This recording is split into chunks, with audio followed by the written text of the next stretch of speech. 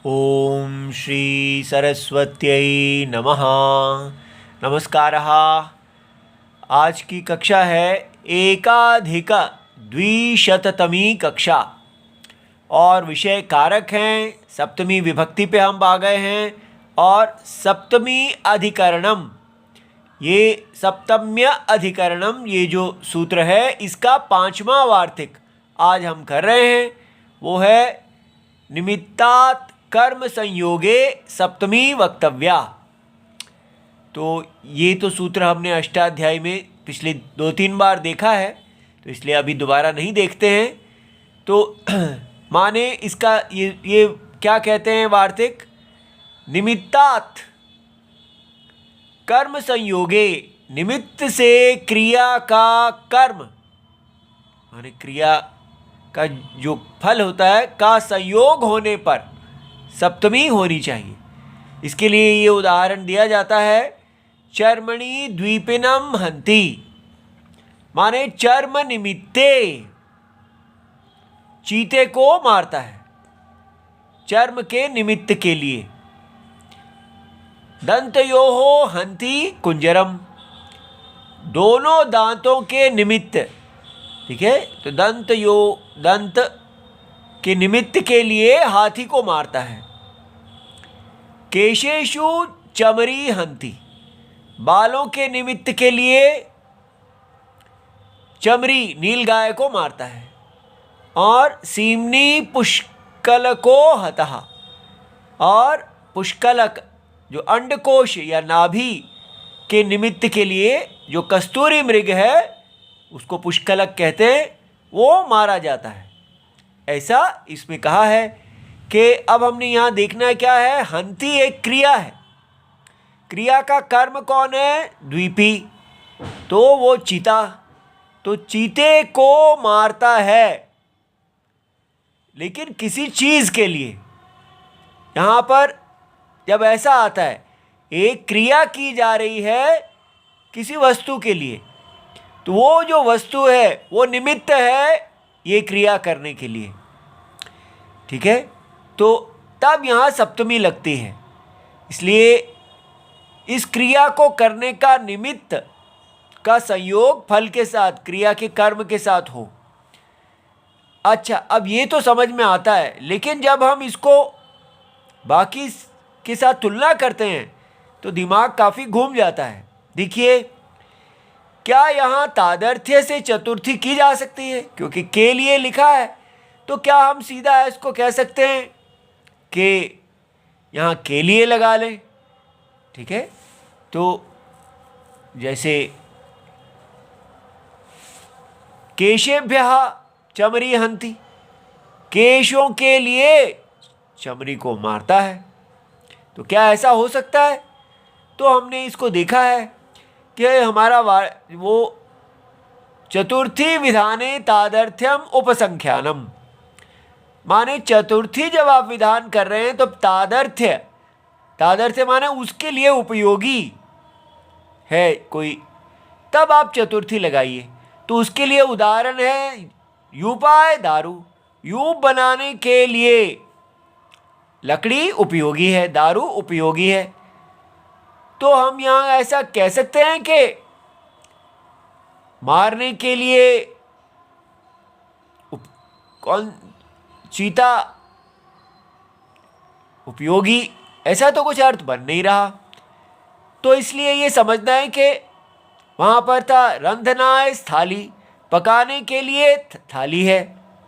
तो एक चीज़ दूसरी चीज़ के लिए है, या एक क्रिया दूसरी चीज़ के लिए है, तो उसको उसमें उपयोगी है। इसलिए यहाँ पर तादर्थ्य से चतुर्थी नहीं लग रही। चाहे हिंदी में के लिए लगता है कि के लिए आ रहा है, लेकिन तादर्थ्य का मतलब होता है कि एक चीज़ का दूसरी चीज़ के लिए उपयोगी होना, ठीक है। तो या पकाने के लिए थाली है, तो पकाने की क्रिया के लिए थाली उपयोगी है, ऐसा। तो दोनों यहाँ ठीक नहीं बैठते।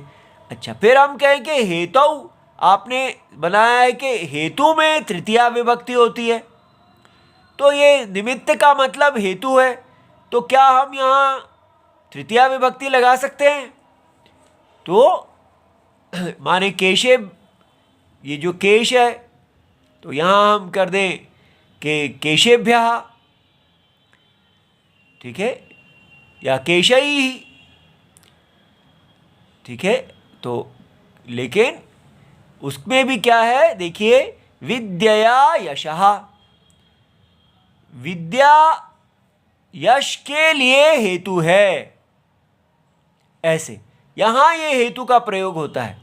जब जो चीज़ हेतु है और दूसरा हेतु मत फल, दोनों जब लिखे तो ऐसा ये तृतीया लगती है। तो यहाँ पर भी हम ऐसा नहीं कह सकते कि चर्म जो है वो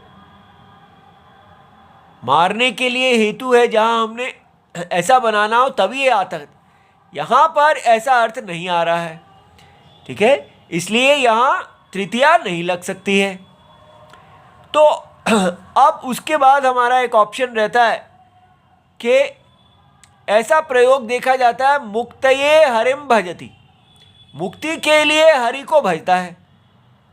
तो फिर हम क्यों ना इसको ऐसा लगाएं, चर्मणे द्वीपनम हंति, चर्म के लिए द्वीपी को मारता है, ऐसा क्यों नहीं कर सकते? तो देखने में लगता है ठीक है, लेकिन वहाँ सूत्र में जो जिस सूत्र से ये हुआ है वहाँ है तुम अर्थाच भाववचनात् 2-3-15, और इसके साथ ही ये जो सूत्र है ये क्रिया अर्थ क्रिया के लिए होती है, ठीक है। जब एक क्रिया दूसरी क्रिया के लिए की जाती है, तो जैसे भजती क्रिया मुक्ति क्रिया के लिए है, मोक्तुम भजती, ठीक है, तो हम यहाँ पर भाव वचन लगा पाते हैं, तो मुक्ति के लिए भजता है।